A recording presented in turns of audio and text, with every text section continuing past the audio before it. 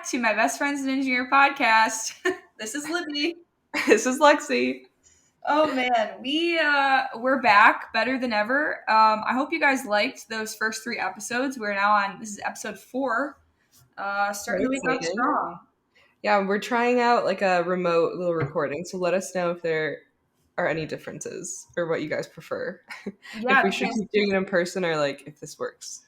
Yeah, this is the first time we've recorded not in person, so we're using like a new app thing to try to figure this out. So hopefully it sounds okay, and hopefully we'll get the hang of this.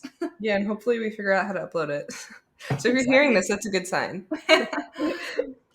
So how was your past week, Lexi? I feel like we haven't really been able to catch up. Yeah, so it was super busy. I was on site every day, and then I'll be on site this week as well. So it's kind of like we got the protocol signed off for that project, so now we can actually run it. So I'll be there at 5 a.m. tomorrow. So a little hectic. I feel like your week was a little more fun. Yeah. Okay. So this is going up tomorrow, so it'll be like pretty recent when people listen to this. But I just got back from Disney with my family. We went to, I think Florida is Disney World. So we were in Orlando, and we were there last Friday until today. So we were there like a week and a day, maybe. Nice. Did you do all the parks or? We did all the parks. It was so crazy. It was one of those vacations where it was like so fun, but like I'm very glad to be home and like, in my own space. We went originally because my sister is in competitive cheerleading at the University of Minnesota. So she had her nationals competition. Lexi, have you ever seen that on TV? I did not, but I saw your Snapchats. Yeah, so it's cool. I think it'll be on ESPN like later. Like I don't think they post it live. Yeah, so it was at the ESPN arena at Disney. I think Disney owns ESPN. But anyway, so we went there originally for that because they had the competition. So that was on Friday and Saturday. And then on Sunday, we went golfing. So that was pretty cool. Big golf girl. Big golf girl. We went to one of the Disney resort courses and played. So that was fun. And then, the whole week we did parks. So on Monday, we did Hollywood Studios. Tuesday, we drank around the world at Epcot. That was quite I want to do that so bad. If you and I ever go, we need to do it in 2 days because my family and I did it in 1 day, and it was messy by the end of it. Because you made shirts. Did you cross off all those countries on your shirts? We did. We made it to every country. Yeah. So, okay, that's the other thing. The night before we left for this vacation, my mom was like, oh my God. She texted me. She's like, I know you have all the supplies to make shirts. Like, I want to make us family shirts for Drink Around the World. Can you do it? So and I was cute. like, Mom, we leave tomorrow. And she's like, I know, but I want you to make shirts. So literally the night before we left, we stayed up until midnight. We started working on these shirts at 5:30. I finished the last shirt at midnight.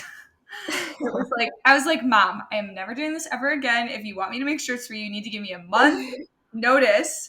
But they ended up being super cute. And so on the back, it said Epcot drink passport. And then we had all the countries. And instead of like check boxes, we had little Mickey heads. That's cute.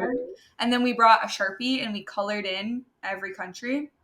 Nice. How many did you have to make? 5, right? Or did you have to make more than 5? No, how many shirts? Oh, 5, yeah. Okay. So that's exciting. That's a cute idea. It's 11 countries, so it was a good day though.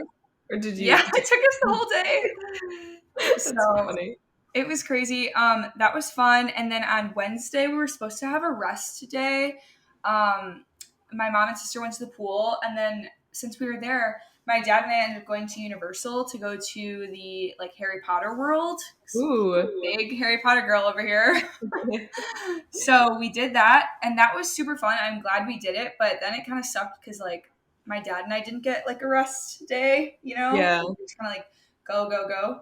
And then on Thursday we went to Animal Kingdom, and on Friday we went to Magic Kingdom, which is the one with Cinderella's castle. So cute. I know it was a very long week. And then, oh my God, while we're at Magic Kingdom, the last day on Friday at night, they do fireworks behind the castle at 8 p.m. And we're literally watching the fireworks, and I get a call from the puppy hotel. So we dropped like my dog, Elsie, and then my parents' two dogs off at the puppy hotel for the week because we weren't going to be here. And we get a call from the hotel, and I was like, oh, it's in the middle of the fireworks. We're at Disney. Like, can I call you back? And they were like, yes, we're amputating your dog's tail. What? I know. What And I was happened? like, Was it Elsie? no, it wasn't Elsie. It was Oh my my god. mom's dog, Tika. Wait, And what happened? she's this little, she's a Yorkie Dachshund mutt mix. So she's just like a really long, small, scruffy puppy. And I guess they have these, she had a really long tail, like probably a good 8-inch long tail. Like it was a ridiculously long tail on this dog. And their cages, I think they had like these clear plastic doors or something that like you lift up to let the dog out. And they said that they lifted up the cage, and she's like very hyper, very energetic. And she like ran out of the cage. So they thought she was out, but last minute she like went back in. And so when they let go of the door, it fell on her tail. Oh my gosh. And so they How like, heavy are those doors? I don't know. But they sent us a picture, and it's like this huge gouge in her tail. Oh no. I know. Oh And my god. they're like, we just want to let you know that this happened. We brought her to the vet, like all this stuff. And since she's like so hyper, they thought like it was just her tail was just cut, whatever. She needed stitches. But then they said they sedated her, and her tail, like the end of it, just like was crooked. Oh my gosh. I I hope you know, got that whole stay for free on. I know, right? And so they took an X-ray, and it was broken, and they called us, and they were like, so where the tail was cut was like into the bone, so they were afraid it would be infected if they didn't. So they were like, we need to amputate your dog's tail. That's crazy. I know. So we're like in the middle of a Disney park, and I'm like, it's so loud, you know, there's like so many people. I'm like trying to get a hold of my parents because we got separated from them. I'm like, they're amputating Tika's tail. So they ended up That's cutting so it sad, off. especially during the fireworks. I know. And the lady that was on the other end, the vet, she was like, I'm so sorry, you're supposed to be in the happiest place on earth, and we're like calling you, telling you we're amputating your dog's tail. That's Um, crazy. Oh my god. so I know. And so her tail, like I said, it was like 8 inches long. And then after the amputation, I think it's literally only 2 inches Oh my long. god. Like there's like nothing left. It's like a little nub. Is she okay? We Is picked she her up okay? today. We picked her up today because our flight got in at 1:50 a.m. at O'Hare. So we just got home this morning, and so we go to pick up the dogs, and she's wagging her tail. She's happy as ever. So Oh my gosh. Well, at least she's okay. That's crazy though. I want to know how heavy those doors are. I know, and I don't know where they stay within that dog place facility, but I wanted to like try to sneak back there and look, but Yeah. I didn't get a Yeah. peek. But I know, so we That's literally pick her up. crazy. Her tail is shaved. There's stitches Oh. on the end. Oh my gosh. That's I so know. sad. At least she's So okay. But that's not crazy. only were we vacationing, but that all that crazy madness happened. Oh my gosh. Well, one thing that you were nervous about was handing off your projects for a week. How did that go? Oh yeah. So I don't know. I did bring my computer, and I had my work phone and stuff on me. I did get a work call in the middle of the trip. And it was funny. The guy was talking to me on the other end of the line, asking me about something for a project, and I was like, "Yeah, when I get back to my hotel tonight, I'll have to send it to you. But I'm actually at Disney World right now." And he was like, "Oh my god, I'm so sorry. Why did you answer the phone?" I was like, "I don't know. I couldn't not answer the Yeah. phone." So no, I mean, I think it went okay. I did better at the beginning of the week than at the end of the week, because by the end of the week I felt like I was just so tired, like I didn't want to look at my computer. But at the beginning of the week I was like trying to check emails in the morning before leaving. Um, the person that took over my projects when I first started at the company, he was my mentor, and then he got promoted, so now he's my boss. So he kind of was handling them. I think things went okay, but yeah, that was pretty much the first time like in my work career that I had gone completely on vacation, like not like a holiday or like just, a Friday off, like completely for the whole week was gone. So that was definitely weird. Definitely. Hopefully this week isn't too hectic with all your emails that you'll I get. know. I know. So we're looking forward to a busy week, but hopefully we can get back into the swing of things and it'll be a good week. Yes, definitely. So, do you want to introduce what we're going to be talking about in today's podcast? Yes. So we wanted to talk about like dealing with projects in industry, how to start them, how to deal with, any issues that arise and just like how to handle them in general. I know that there's a weird transition period from school coming into industry and like handling and working with these projects and people that have been doing this for a while. So Mm-hmm. we kind of just wanted to touch on all of that and kind of also talk about some of our experiences in school versus our work projects as well.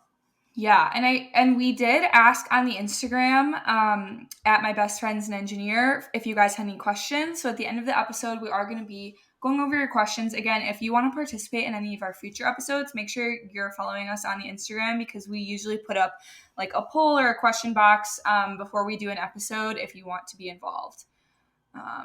So yeah, okay. So first, we wanted to go into starting a new project when you're in the workforce.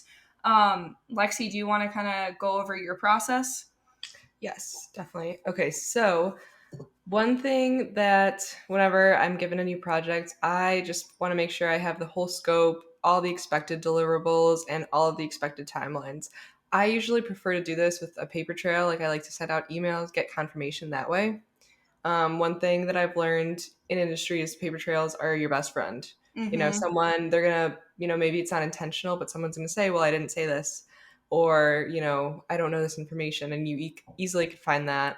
So that's just one thing that I like to do. I want to also clarify who will be responsible for what aspects. So I feel Mm-hmm. like in my role, I work with a lot of different departments, like whether it's supply chain, production. So sometimes materials need to be ordered, and maybe it's not within my scope. So I just want to make sure I know who's doing that and who I can reach out to about that. So I like to have all that information up front and just learning like what other departments I need to reach out to in general and how they can help me. Um, so yeah, and then I kind of just like to like write out a timeline of what I need to do in like chronological order. Because I think a lot of things that I do, it's dependent on a document getting signed off first, and then I can move to the next Mm-hmm. part of it. I feel like with your projects, from what it sounds like, I feel like you have so much all at once. I feel like you can, I don't know, you could talk so much about your project management stuff. I feel like mine is definitely less project management, but I'm excited Mm-hmm. to hear about yours. Yeah. Do you before I get into mine, do you have any like company guidelines that you do when you do like these new projects, or are you pretty much on your own when it comes to how you want to handle it? Honestly, it varies by site. So one thing, I work with a lot of different sites, so that was a learning curve. Mm-hmm. It's you have to make sure that you understand the site procedures because maybe, one department does something at this site, but that same department doesn't do it at the other site. So I think Okay. that is kind of why I like to have everything written, just so I can keep track of what is expected of me at each site. So I think that is definitely something that's pretty tough to deal with in the beginning. Kind of Yeah, and figure. I feel like if people are listening to this who are already in their careers, they can probably relate to where like how things are done differently at different places or like they might have different protocols that they have to follow within different departments. But I feel like if you're listening and you haven't entered the workforce yet, I feel like it's just something that you have to experience firsthand. We can share our experiences all day long, but at the end of the day, you know, it's all dependent on our companies and our backgrounds and our positions, and like there's so many different factors that go into like all the things that we each are doing to start a new project.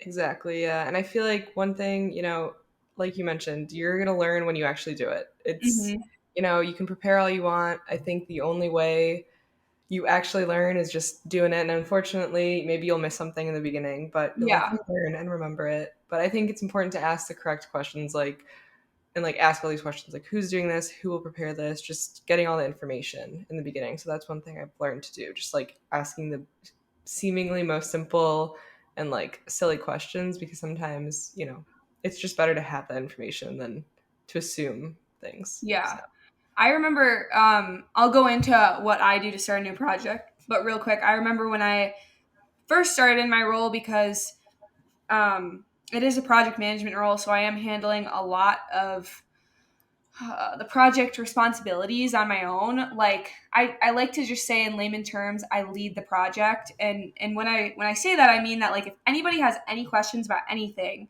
like engineering related, supply chain related, anything, they come to me to ask the question. That doesn't always mean that I have the answer or that, I know what to tell them, but that usually means that I'm the person that has to go find out that answer. So that's kind of where a lot of the asking the simple questions, that's kind of what we're trying to talk about, is that like you might think they're simple and they're stupid, but they're not at the end of the day, and it's probably going to help everybody out in the project when you ask Definitely. those questions. So I've actually been working with a project manager, and he's based in North Carolina, so I'm in the Chicago area. Ooh. And this past week, I had to ask him so many questions. I felt so bad. I was like, "Can we hop on a call?" I was like, "I am annoying him." So I do work with some project managers, but sometimes like I don't know. I don't really have. This is the first time actually working with a project manager Yeah. for this, which is really nice because he's been so helpful. Yeah. But most of the time, it's like kind of figuring it out on your own. But I'm like, thank you. It's like my little friend. I'm stressed. She's like, me too. It's like perfect. I'm like, okay, good. At least we're on the same page. But Yeah, that's like where I feel like it's different for me, is that my company had luckily a lot of things like already laid out, a lot of procedures. We have this thing that we use for when we write new proposals and for when we start new projects, and it's just, we call it our PM checklist, and it's something that was made before I got to the company, and I think it's literally like 75 lines long on an Excel spreadsheet, with like how in Excel you can do like the interactive check boxes or whatever. yes, my favorite part of it. Favorite conditional formatting. Yes. So we have, and we also have like a folder system set up, which is really nice. Like just some examples, we have like a correspondence folder where you can, Lexi, like you were saying, save all the paper trail with all the emails. We have like a project administration folder where we save like a lot of the customer invoices. We just have different folders so that way like anybody in the company can go into the one project folder and like go searching for things. So this project checklist that we use is something that is in all of our folders. If your company doesn't use it, I would maybe recommend making one for yourself. If you have no idea how to start and make one, just simply every time you're doing a new project, maybe write down, Lexi, kind of how you were saying, the chronological order of the things that you're doing. And then maybe you can look back at projects and see trends on things that you're always doing for every project. You can start your own little Excel spreadsheet with the check boxes, just to make sure that you don't forget any of those fine details that there's high stress in a project, it's often really easy to forget those things. Definitely. And then in your experience, do you like start with one project and focus on that, or do you have like multiple projects you're managing at once? We have, in my role, we have multiple at once, and we have our main, he's the manager of project managers, and he's closer to like the exec level in our org chart, than of course the project managers are. And he kind of organizes all the projects. We use the software Microsoft Project a lot, just so he can see like everybody's loading. I think we have like 9 or 10 project managers in my department, so everybody has at once usually like 2 to 3 to manage, sometimes even more depending on like their skill or the complexity of the project. And a lot of times they're starting at different points, so it's not like I'm given 3 projects and they all start on the same day. Sometimes that can happen, but a lot of times it's just over the course of the season. So So that checklist definitely would come in handy, especially when you have like all those things and all those different aspects of those projects. yeah, A lot to manage. right, and it's good too. Like another tip I just thought of: if you're starting a new project, whether you're a project manager or not, it's also good to have like a contact list saved somewhere, if you need multiple people to see it, that everybody can access. So I like to just do like the person's name. If you're working with multiple companies, like the company that they work for, or the vendor, or the contractor, their email address, and then their cell phone number and what role they have on the project. So that way, like if you don't have to be digging through your emails next time you need to like remember to contact someone. You can just go back to that list for that specific project of like the people that you're working with. Definitely. Yeah, especially with the vendors, since those are external contacts. That's Yes. definitely something Mhm. good to note. Yeah. Any other tips you have for starting a new project when you're in the workforce? Let's see. I just asking all those questions, clarifying, getting all the information up front. Um, let's see.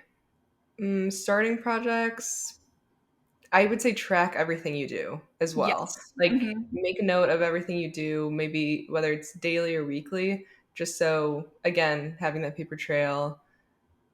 I just write everything down. Honestly, that was my savior because I'm like, okay, if you forget something, especially one thing actually that I've been experiencing working with, I think I have like maybe 5 different projects right now. Uh-huh. Um, I started and I used to be so good at remembering all these little details, and now I'm like, oh, did I send that to that person? And I'm like, I can't believe like I don't know. I feel They like I just always get jumbled. prided myself on like being like type A and just like remembering everything. I'm like, oh my god, did I send it? So I've been writing everything down, like dates I send things, just for myself to keep my sanity.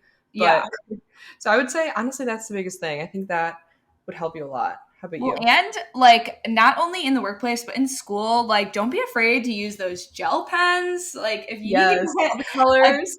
all the colors, if you need to get a cute notebook for like every project, like I would say, especially because a lot of times STEM industries are like male dominated industries, you are working with all men, like don't feel intimidated. I feel no shame when I walk into a meeting and I have 3 different floral notebooks. I'm carrying 5 different colored pens, and anytime we talk about something different, I open to the new notebook because like for me, that's something that also helps is I have a notebook dedicated to each project so that, and you can also like do this on a Google sheet or whatever. I just personally like to write it down physically. That way I can go back through the notebook and, like you said, Lexi, see what dates I did things, who I sent things out to. And yeah, don't feel, it can definitely feel intimidating when you're first starting a new job and you walk into, a meeting room full of all men. And even if they're nice men, like they don't have to be mean or rude, but, it's just intimidating nonetheless, even if they are all nice people. Definitely. Yeah. And my first job that was based in the East Coast, I was on site first day. I had a pink floral notebook and I love it. It's so cute. Yeah. And it's so funny because and they weren't mean comments at all, but everyone's like, oh, I like your notebook. Because it was Yeah. so bright. It was like I was like, oh, maybe. And then I was like overthinking it. I'm like, maybe I shouldn't have gotten it. But I'm like, no, I like it. I'm like, it's the one thing the brightest thing in the room right now. Yeah, you got to show off your personality somehow. So True. yeah, definitely don't be afraid or ashamed or like, any of that stuff. If you need to ask questions, ask them. Like I feel like anybody will say that they would rather that you have asked the question, even if it's a dumb question, than just like sat there silently and then did it wrong. Exactly. Definitely. And buy that pink notebook. Buy That's that pink notebook. Buy those gel pens. We'd love to see it. Okay. Have you ever had anything on your projects like bad or unplanned where um you don't know what to yes.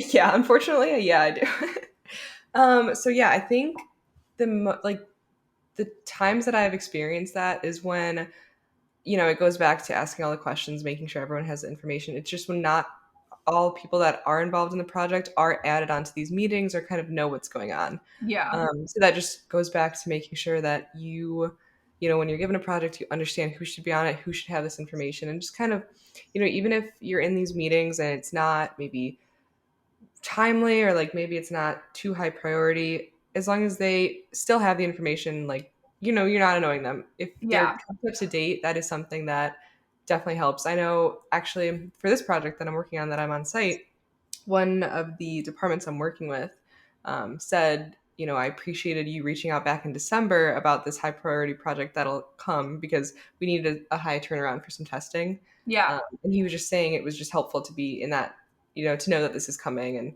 even if it was 2 months later. But so that's the worst thing I've experienced. Just that causes a lot of issues when not everyone has that information.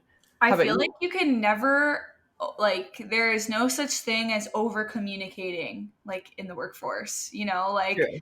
over communicating is way better than under communicating and like make it's I I always think this like, oh, I'm annoying them with all these emails. Like, no, send the emails. Like, who cares if Definitely. you're annoying them? Yes. It's better to like have the paper trail, have the over communication, make sure you're copying and CCing everybody on the emails. Like that's way Yes, better it's than just being like timid to or like, nervous about sending things out. definitely. It's all about how you word it too. Just like, Hmm. this is for your information, for your reference, just to let them know they don't need to do, you know, no Right. action is Like needed on their end. But as long as exactly. they have that. But how about Yeah. you? Have you experienced what are, you know, Oh I feel God. like, yeah, I was gonna say, I feel like some days you get really stressed and I'm I like, feel oh like my I have God. some horror stories already. I've been working my job for 2 years, and the first year was like such a big learning curve. I There were so many nights where, and it's so funny. I told my mentor, I saw him in person a couple weeks ago, or not a couple weeks ago, probably a couple of months ago at this point. And I was like, yeah, I'm just kind of nervous for spring outage season because last spring outage season, I just was crying every day. I was so stressed out. And he was like, oh my God, you were? And I was like, yeah, but you couldn't tell, right? And he was like, no. I'm like, okay, good, good. But like, I would say what sticks out to me the most, like the worst of projects that I've had so far, it was last spring outage season, which for those who are listening, if you don't know, I work in the power generation industry. So we have what we call outage seasons, and that happens in the spring and in the fall time. And that's just when power plants do all their maintenance. So that's when I'm busiest the most.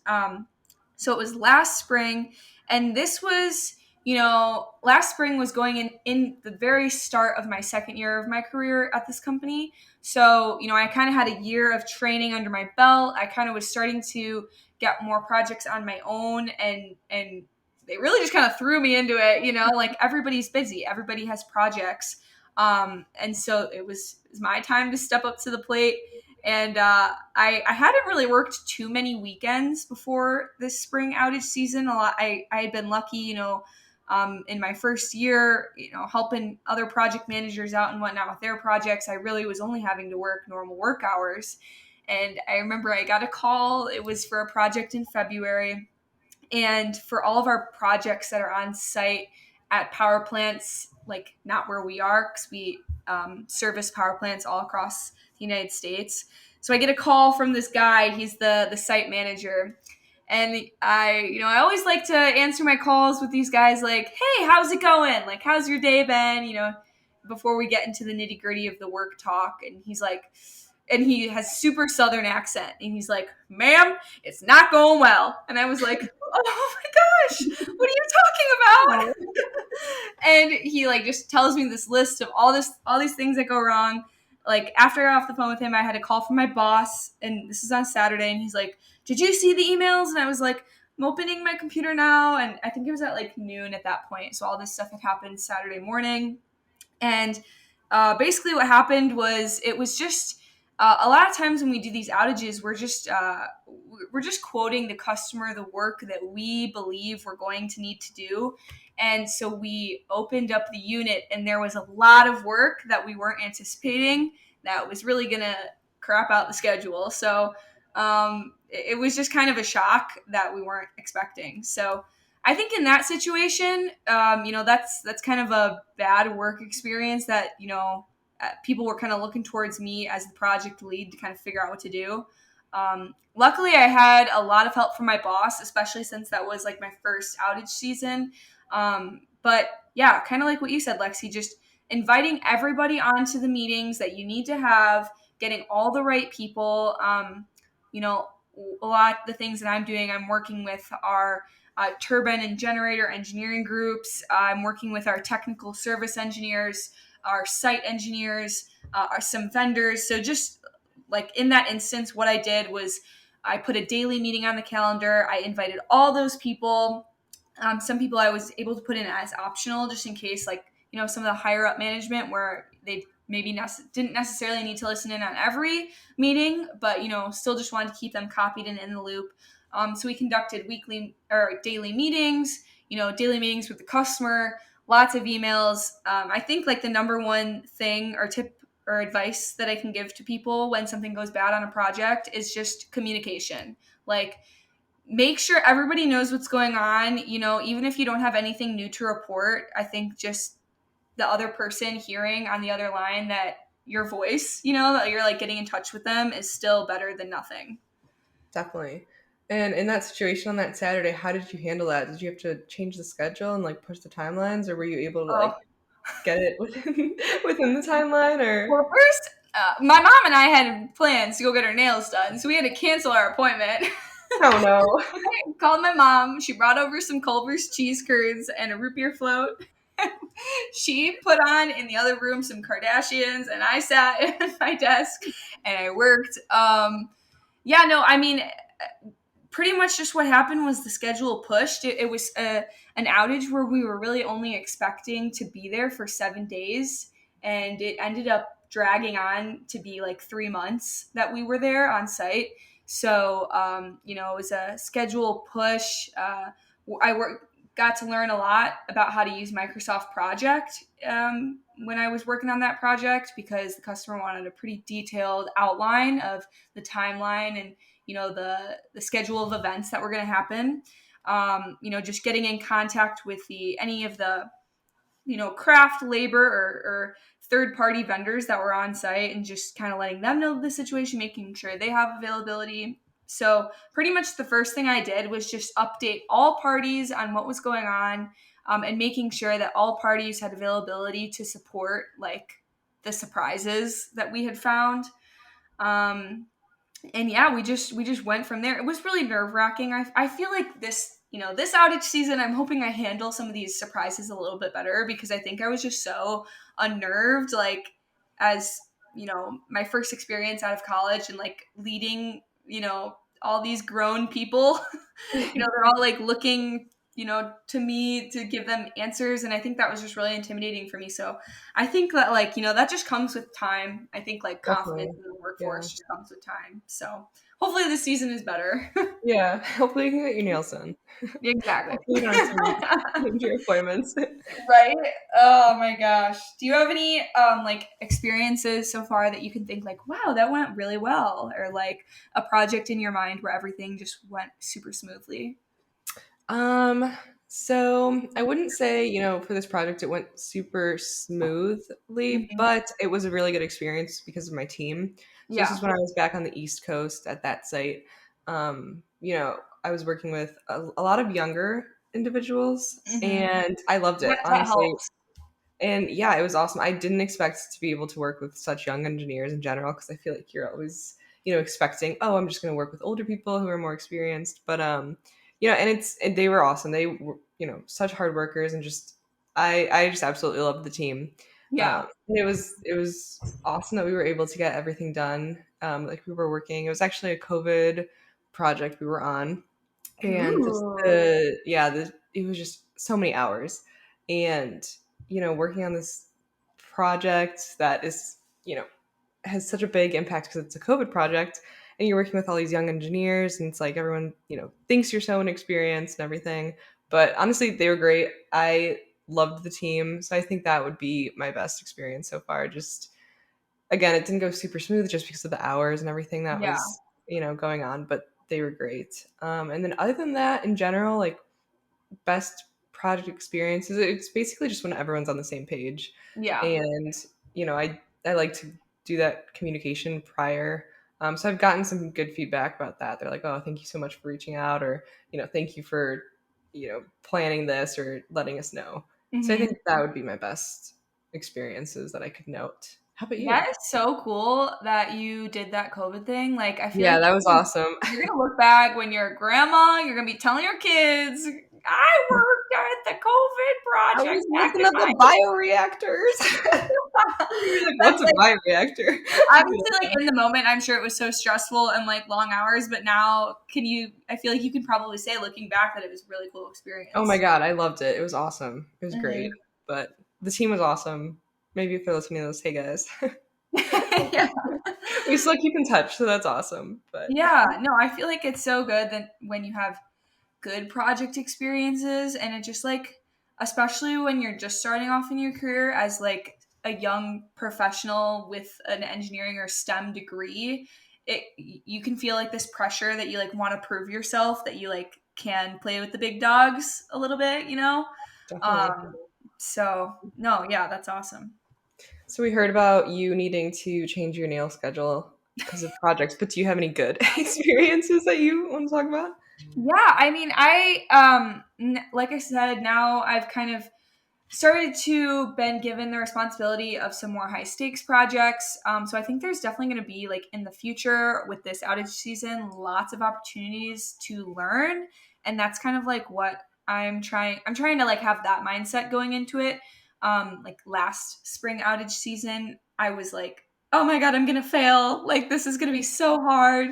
I have no idea what I'm doing, and so this year I'm kind of trying to like change my mindset to be like, okay, there might still be some things that I don't know, but it's an opportunity for me to learn and like just to become even better within my career. But I will say that this past summer I had a project working with some valves, and I think I was telling you, Alexia's, earlier, but I feel like there are certain components, or maybe I was talking about this on the last episode. Anyway, there are certain components within power plants that now that I have been with my company for 2 years, I'm starting to feel like more and more confident to manage a project with those components, and like valves is one of those. I don't know, I feel like I can print out the drawing and I can like go down to our shop and I can like physically touch like the parts that are on the drawing, and like I like to bring again my colored gel pens and I color in the parts, and I like, write all over the drawing and say like this is the relates to this picture in my phone of this part, and like for future reference to go back and just keep learning. And so that project this summer was really awesome. It went so smooth. Like I don't think I'm ever going to have a project like that goes so smoothly. I think we only had to replace 4 parts on 6 total valves. So that's like pretty good. It was their spare valves, so they had just come out of the unit. So I was honestly anticipating that a lot of the parts were going to have to be replaced. A lot of times when we're inspecting anything mechanical, like just for example bolts, we have to destructively remove them because they can't come off because they're stuck, and so like that's the part we have to replace. But no, for the most part, like with these valves, they were so good. Like I don't know, everything just went so smoothly, and I was so happy to see them leave our shop, and I was like a little proud moment. I was like, wow, Amazing. that project went really well. Okay, but I So need to know. You keep talking about the pens. What's your favorite color? oh my goodness. I don't know. Lately I've been on this Paper Mate Ink Joy gel pen kick. Those are like the clicky ones that like are really smooth and bold. I used those in college a lot. But for Christmas, everybody in my family knows I love the colored pens. I got the brand Mondo Llama from Target. And they have these like fine point, I think they're called fine point markers, but I use them as pens. I personally always gravitate toward the light blues, but I Good think choice. Good choice. it's calming to me. Yeah, it's funny.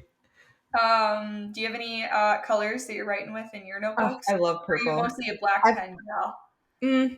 I like purple because it's kind of darker. I like the dark Ooh. purple. I think it's the same Papermate, so maybe Papermate sponsor us. But Yeah, we should have a yeah. segment in the podcast for the papermate pens.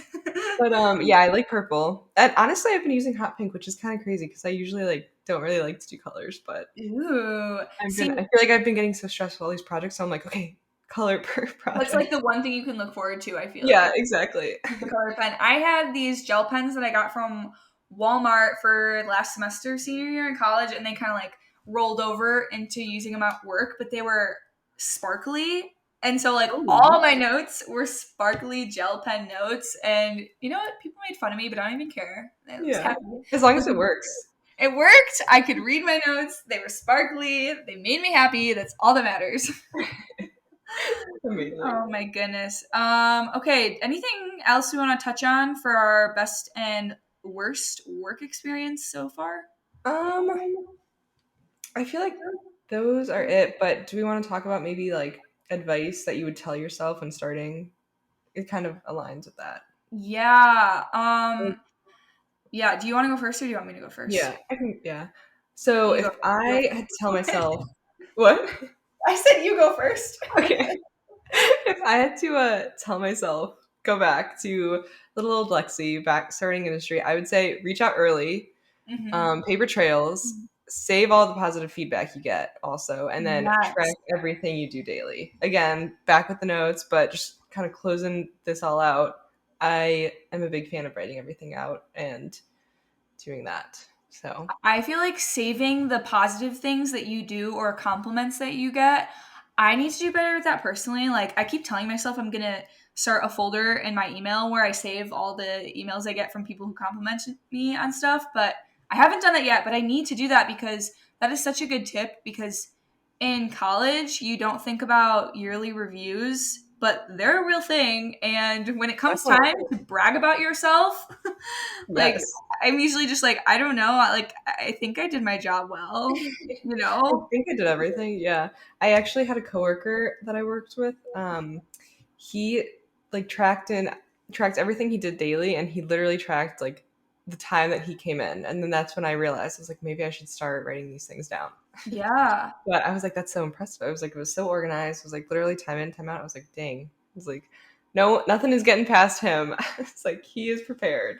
And I feel like that looks good for your boss too. Like, if you are ever looking for opportunities for promotion or anything within your company, you can be like, well, just here's an example of like how detail oriented I am. I kept a list of all the things that I did for the past year and like not everybody does that. Like, I feel like you look better doing that than being like writing on your yearly review for the accomplishments you had, like, oh, I don't know, I think I did my job well. Like, that probably looks worse, to the Yeah, company. So definitely. What um about you? What would you tell yourself? telling myself, just starting off in the industry, yeah, so just to keep it short and sweet, paper trail and write everything down. I'm with you on that. Don't be as intimidated or as afraid. When I first started, I felt like I didn't want to bother people, like, with asking questions. I was like, oh, I'm so sorry, but like, can you help me out with this? I want to go back and tell myself, like, don't be sorry. People Yeah. want to help you. Like, everybody starts somewhere, and most people are very reasonable and know that you just graduated college and are just trying your best. So don't be afraid to ask questions, and stop saying sorry when you have a question to ask. I know I still have to tell myself I have to learn that. I'm working on it. Slowly but surely. I Taking feel out like the sorries and the pleases and all the emails because I feel like you can say please, you can do it nicely, but if you say it like 4 times in an email, come on, girl. Like, and the exclamation points. Like, I feel like it's oh, a woman yes, thing too. I'm always like, I always do 2 exclamation points, and then before I send the email, I'm like, delete, delete, like, period. We do not need 2 exclamation points. We just need a yes. period. In the Teams messages, I overthink them so bad. Like, I'm like, no one is looking at this more than they're not I going to take a know. double look and be I like, oh, hate we only had my one boss will exclamation just point. do K or or whatever, or yes, like, and I'm always like, oh, okay, I'm so sorry. Yeah, I'm like, oh my god, they hate me now. Which, like, literally means nothing. Like, my boss probably is just busy and just typed K and sent enter, but I'm sitting over here Exactly. like, oh my god, I'm getting fired. Yeah. Like, did I make him mad? Oh, we could probably do a whole episode just about like the team's messaging and the anxiety that team's Oh messaging my brings to gosh, people. yes. It's daily. It was so bad in the beginning too because and I think we're gonna kind of touch on this from one of the questions we wanted to like talk about from our Instagram, but just like transitioning to a new job remote and like not knowing the mannerisms of like the person you're talking to, I think that kind Yeah. of messed me up because I'm like, okay, is this like, are they mad? Is this how they usually talk? So, but we can go into that in a Yeah. little bit because I know And one. just the, like, on Teams, the light that changes when you're inactive. Like, True. I will be sitting on my computer still working, but on my cell phone taking a call. And if it goes yellow, I'll be like, oh my God, they might think I'm not working. And it's like, nobody is looking at your Yeah, stupid yellow icon. so true. Nobody cares. So, do we want to talk about the differences between work, like school projects and work projects? Oh, yeah. Yeah. I feel like it's so different. So different. And like, you can probably bring some good insight about, because you graduated right when COVID hit. Yes. So Yeah. you could probably talk about too, working in a group setting in school, but during COVID times. Yeah, that was such a weird transition. So yeah, it was like middle of senior year, we're doing senior design and we're in person. My project, there was some lab aspects, but towards that second semester we didn't need to be in the lab as much, so thank goodness for that. That was good timing actually. I can't even Yeah. imagine like the people that had to be, in the shop. I think yours was very hands-on too. So like I don't even Hmm. know how you would even, present that or finish that up. But Yeah. we were kind of like designing a facility towards the end of um, the project. So that was more like theory and like we can actually like do it remotely. But yeah, that was just such a weird transition. I think my group was the transition was easy just because everyone kind of did their job and did their part. That's It was nice. weird presenting. I think the presentation was definitely easier because I mean everyone was going through such a weird time, so I feel like they weren't like hindering us with too many questions at the end. They're like, Yeah. "Good They were job, like still good trying job to for have people finishing." too. Yeah, they're like, "Oh, good job, guys! Like you're done. Yeah. Get your degree." So I think that kind of helps in that aspect. Like I'm sure it would have been the presentation would have been a little bit harder and more nerve wracking if it was in person. But yeah, it was just a very weird transition. Luckily, we just, timing was okay that we were able to finish it up remotely. But Yeah. I feel like the difference that I personally think between school projects and work projects is just the how do I say this? Like the it's so much more relaxed in school. I feel like even though you have deadlines and you have like projects to present or you have things to get done with your group if you're doing a group project, like at the end of the day it's school. If you don't do it as well as you could have, like okay, maybe you just get a lower grade or something. But mhm, in the real world it's like you're a lot of times these projects that you're working on, the company, it's thousands or millions of dollars on the line. There's budgets and like definitely. timelines, and there's people's livelihoods or bonuses that people are putting on the line for projects. Like I feel like it's just so much more high stakes than in school. Definitely. Yeah, like for example, for that project on the East Coast, like we were working with validating equipment for these COVID vaccines. Hmm. So if we don't get it done by a certain day, this batch of vaccine, they just can't produce it. Yeah. And it's the same thing with this project that I'm on right now. It's like, we were so stressed last week getting this protocol signed off, getting all like, the details finished because production will be running at 5 a.m. tomorrow. And if this protocol isn't signed off by Friday at 5 p.m., we're just not going to be able to run all those thousands of product that we want to Yeah. make. And So yes, I if definitely agree with that. and like when we were in school, I don't know, if you don't want to meet with your group, or like maybe everybody has too much homework that night, it's like okay to push a meeting, like, oh, let's just meet tomorrow night or whatever. And then like in the real world, it's not that way at all. It's like, I don't care if you're over your 40 hours, or I don't care if it's not standard work hours. Like if this is the time that we can all do it, like how you're saying, you have to be there at 5 a.m. Like that's just the way it is, and you have to do it. Definitely, yeah, and I think it's more common in the engineering field. Like I feel like it's just because you're dealing with manufacturing, which some facilities are 24/7, with Hmm. these shifts. But yeah, I definitely agree. I think one big difference is that with work, this is all you focus on. With school, you have like homework, you have all those other things that you are not focused on that project, and it's just a lot of other things going on. So Yeah, I a feel like lot you to can juggle. focus. Yeah, I feel like you can focus a little better and get into more detail with like in industry, obviously. But Do we want to give any tips that we have for like people who are still in school doing a project? yeah, I feel so bad because I feel like school was really not that long ago. I graduated in 2019, but I feel like the only thing I can remember is like senior year. true. Like it's not even that It was far ago. all a blur It's up it's until just, it was then. all a blur.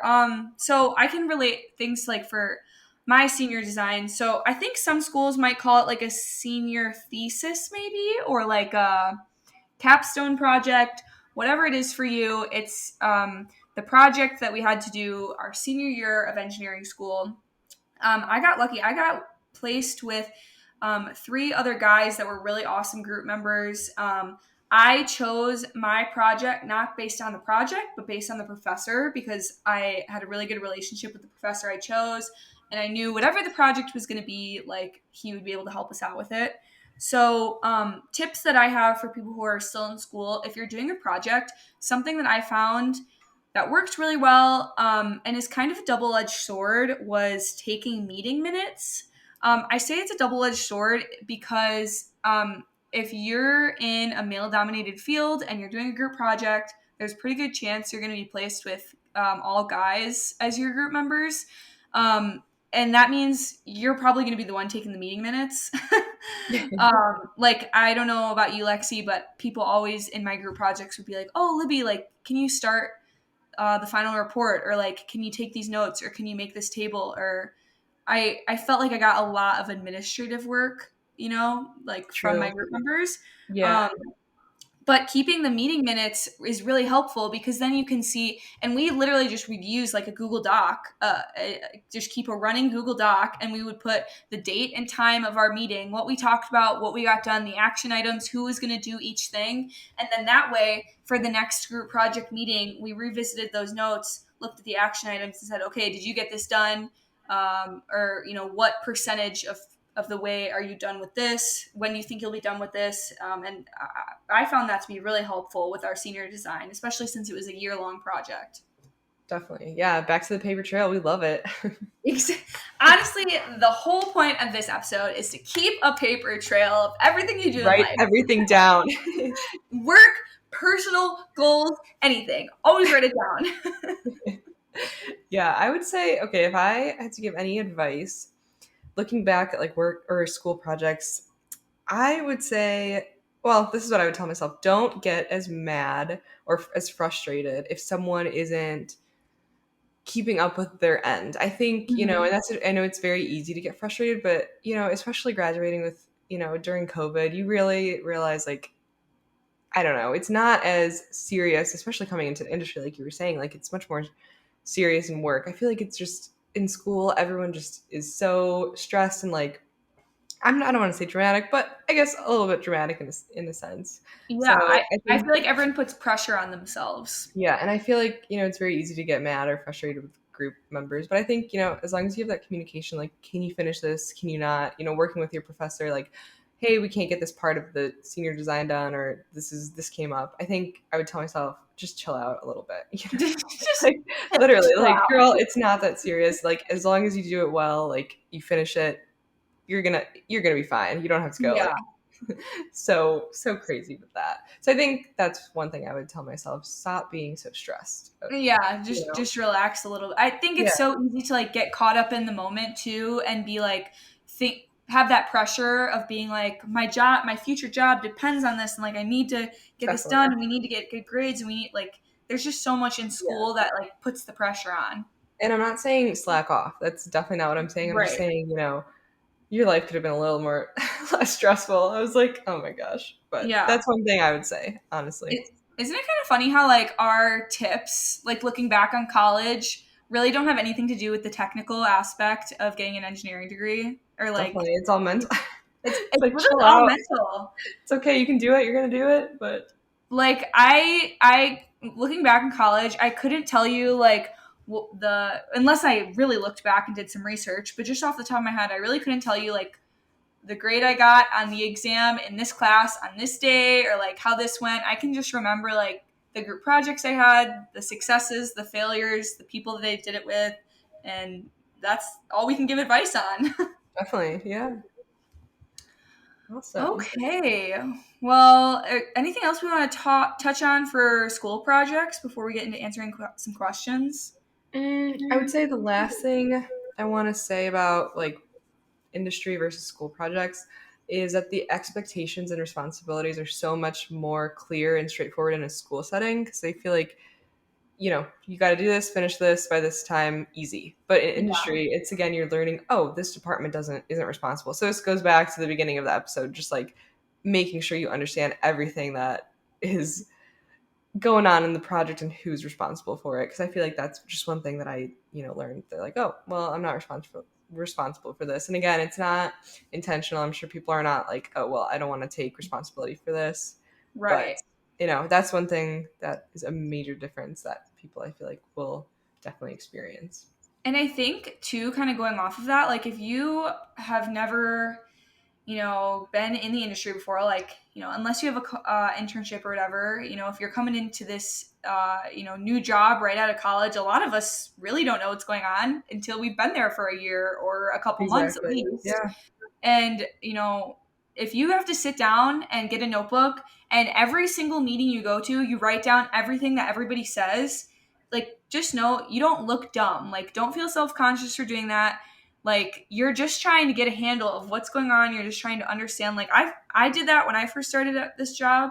Like, every meeting, even if nobody else was taking notes and it had nothing to do with me, I was sitting there writing it down, just trying to, like, just to continue to, like, figure out what was going on. Definitely. So, all Awesome. right. Well, do we want to bring up our two questions? We picked out a few. Like Libby said, we had a little poll. So we picked out a few questions that we wanted to talk about. Yeah, we asked you guys these questions. We'll say the username of the person that sent it in, and then we'll each try to give like our own little advice. Some of the things that we talk about, we might have already touched on in the episode. So yeah, we can get started. The first question we have was from Morg True 94, and she asked, "Are you still at your first engineering job? About to start my second job, and I'm so nervous about being new." Lexi, I feel like you could probably answer this one Yes, the best. definitely. So I kind of touched on it a little bit with like starting so I obviously am not at my first engineering job. So I'm at my second. And I started remote for the second one, and it was definitely a very weird transition because, like I mentioned, I was on site at my first role. Um, I would say, you know, the one thing I did struggle with was, again, the mannerisms. I don't know, you never worked with these people before, but Yeah, honestly, the only advice I could give is it takes time. yeah. And it's not, again, you're probably going to overthink a lot of things in the beginning that you shouldn't be overthinking. Um, and just, being able to ask those questions, just understand your role and how they do things. I think that would be the biggest piece of advice I could give when you start your second role. And maybe like I don't know how easy it is at different companies or in different industries, but maybe if you can try to find like a mentor or somebody who is like also within your group or a similar role that you can kind of like go to ask questions and maybe shadow for a little bit, just to try to get the hang of the company. But yeah, Lexi, I agree with you. The mannerisms and like just getting the vibe of the new work environment that you're going to be in, I feel like is the most tough part. Definitely. So you're obviously still at your first job. Yeah. Yeah, I guess, I've kind of been thinking about like, should I be staying at my job or looking for a different job? I really like my job. I really like the industry and I really like the people I'm with, like working with. And I know like the grass isn't always greener on the other side. So like, I feel like I would be nervous to get another job. Like, I don't know. I feel like it takes courage to get another job. Like, Lexi, I don't know how you did it. Oh my gosh, I know. Well, I totally thought I was, I think we touched on this a little bit with like my traveling. I Yeah, just totally thought I wasn't going to have a job, but it was right. just miscommunication with like what, they were going to move me remote eventually, but I didn't know. I was like, okay, well, I won't have a job if once this Right. project is done, so better get, looking around. And then I got a really good opportunity. So I'm also really happy here. So I am in the same mindset as you that Yeah. I'm very happy with my role. So I feel like all of us, when we just graduate college, like one thing that we need to just learn is patience. Like definitely. things take time. And that has been something that has been really hard for me to adjust to is not only with just like things take time, for you to get experience at your job. Things take time within the processes that you do within your job. Things take time between different departments and getting back to people. Like just learning patience has been something that I feel like I wasn't really aware of in college. Like it was just kind of always like go, go, go, go, go. And being in the workforce and, whether that be meeting new people or just like getting the hang of your job, it just takes time. Definitely. Yeah. Which is kind of frustrating because I feel like I don't know, I feel like I'm not a very patient person. Me either. Like, I just want things I instantaneously. know. I'm like, just do it. I just want it done. All right. Our next question Cool. is from Rihanna J. And she asked, how do you organize a new project? So we kind of touched on that, but I think one thing that we could talk about here is the tracker that we mentioned in the last episode. Yes. So we put together something that would hopefully help you guys. I know Libby also talked about like her, company's procedures and like that checklist, and like she kind of talks about how to start one of those forms if you don't have that at your company. But we also put together this little project tracker, so hopefully that helps. There's a Google Forms in our Instagram bio that you can submit your email, and then you can get all these trackers. So it's the 4-year college plan tracker, this work industry one, and then a job application tracker. Mhm. So I think that would be a good place to start. And then I think we talked about a lot of different aspects of how to organize a new project. Do you have anything else to add? Yeah, I don't know. I feel like a lot of us engineer major or STEM ladies or anybody like in this industry, we're in it because we're very detail oriented, like I feel like you have to be detail oriented to get the degree. Definitely. Like if you're in this industry, you're in it for a reason. You're smart enough to be here. So just stay true to yourself and if you have to write things down 2, 3, or even 5 times. Don't feel any shame in that. Just, if that's the way that it helps you remember things and like keep track of things, try notebooks, try keeping an Excel spreadsheet, or yeah, try looking at our trackers. Because hopefully that can really help you guys out. They're formatted really awesome. Lexi did a great job of making them all pink. Yes. It's like we have to keep it on brand. You can change if you want, Yeah. obviously, but I was like, we have. And so it's super easy for you guys to get those. All you have to do is share our podcast. If you share our podcast on any social media, just take a screenshot of you sharing it. And then if you go to the link in our Instagram bio, and I think I'll try to put it in the show notes too, there will be a place on the little Google form for you to submit the screenshot. So once we get the screenshot, we'll send you all of them. And yeah, let us know. Hopefully this helps the little tracker. I need to And use it more too. yeah, and if you have any ideas for other trackers, we tried to make one for, each group of people, like maybe entering college, in industry, maybe looking, for a job in college. So I don't know if there's anything else. We were trying to brainstorm, but I feel like that hopefully will help a good amount of people. But I think something we should also do, I don't know if we can do this in the future, brainstorming on the fly here. I got a DM the other day of someone asking me how to do a cover letter. Maybe we can do ah, like a cover yes. letter template in the Okay, future. definitely. Yeah, I love job stuff, honestly, in general, just like planning. I love helping people look for roles and like interview stuff. So yeah, And I feel definitely. like it's so if you're still in college and you're trying to go to your like if you have a like career building or something, those places are really awesome to get tips and experience on like interview practice. But I feel like engineering resumes and cover letters are so different from other majors True. that sometimes like they don't provide the best advice if they don't have that firsthand experience. So yeah, it can be intimidating trying to write like a cover letter and trying to incorporate your technical experience into it. Definitely. But hopefully we can help Yeah. and can maybe get some episodes about that in the future. Yeah. Okay. Anything else you want to contribute? I feel like this was a really good episode. Yeah, I think we hit everything we wanted to talk about. So, Yeah, I think so. and thanks for submitting Um, your questions. And again, keep looking at our Instagram for, I think we'll try and do this every week. I think that's a good thing. yeah, I think it's fun to get people like into the episode too, like an interactive way for people to join in on the episode. Definitely. So Awesome. all right. Well, thank you guys for listening. We realized that people have actually been leaving reviews on the podcast. Which is crazy. Thank you. That So makes us so exciting. happy. I I saw love it looking at today. the analytics. Oh my I god. know the analytics, the views. Thank you guys for like the first views that you gave us, but oh my god, the reviews! I was so happy. I was like, oh my god, people took time out of their day to like leave a five I star review know. and rating on our podcast. Yeah, So thank you. let us know what you want to hear about, how we can improve. Always looking for constructive feedback. So Yeah, and we have some super exciting guests coming up for the podcast. I feel like now that we like kind of are getting a few episodes under our belt, we're kind of getting more organized with trying to bring some people on. So we have some really exciting prospects. I think you guys are going to love the episodes coming up in the next couple months. Definitely. Awesome. Well, follow our Instagram, My Best Friend's an Engineer, YouTube, BFE podcast. What else? And Personal TikTok. Instagram. Yeah, TikTok. My Best Or Friend's an Engineer. TikTok.